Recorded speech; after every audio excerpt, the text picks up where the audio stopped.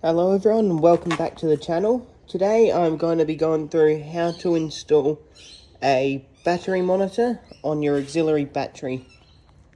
So installation of this Ancell battery monitor is very straightforward.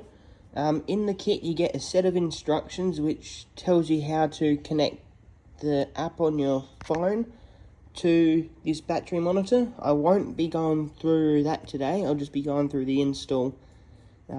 So what else you get in the box? You get the battery monitor here and the cables coming off it. So that's the ends on them there. And you also get this piece of double-sided tape to mount the monitor onto a suitable spot. Now, since I don't really have a suitable spot here to stick it down onto, I'm just going to be cable tying it there to that bracket. So that way it's going to be easier to remove and take on and off when I need to change the battery. So that is my auxiliary battery. Over there is my start battery, so I could put it on whichever one I want to monitor. But since I have a King's jump starter pack in the back, I'm not going to be worrying about the start battery because I can get myself out of trouble with that easily. I'll monitor this one so I know what the battery's doing and if the fridge in the back's going to go flat due to being used too much. So the way you go about installing this is on there you've got a little bit of a wiring diagram saying black goes to your negative terminal on the battery and red goes to the positive terminal on the battery. Now that's always the general way to go with 12-volt systems. Black's negative, red's positive. So in this battery I got wing nuts on each terminal. That's lucky for me, I don't need to grab any tools. So that just pretty much loosens off like that. I like to always do the negative terminals first, because if you do the positive first and the ground or earth cable touches on, a bit of the car's body or, a bolt on the firewall or something like that, you can actually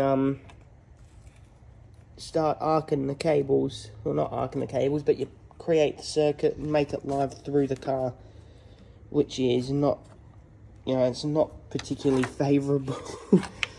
So, yeah, that one done.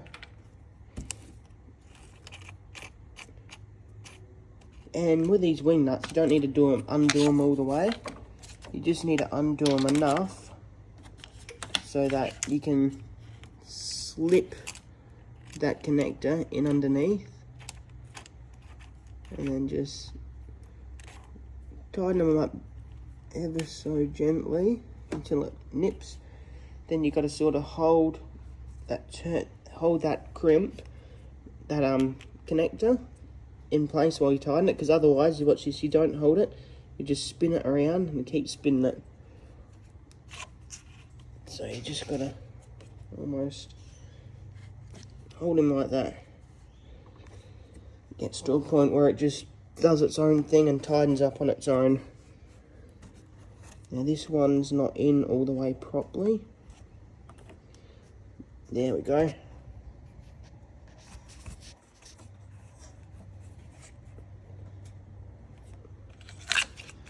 So that's all connected now, just need a cable tied out the way.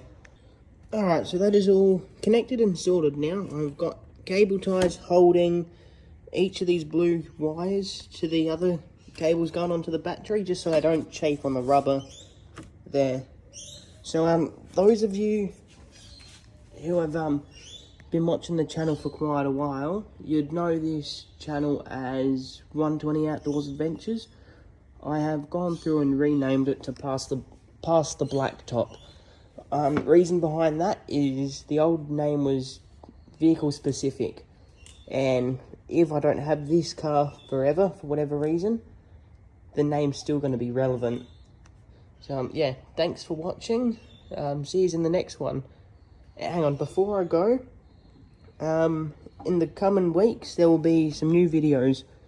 Me and a few mates are going out to Puggynook Conservation Park soon, so if we have enough footage, there should be a multi-part series coming soon. Stay tuned and see you in the next one.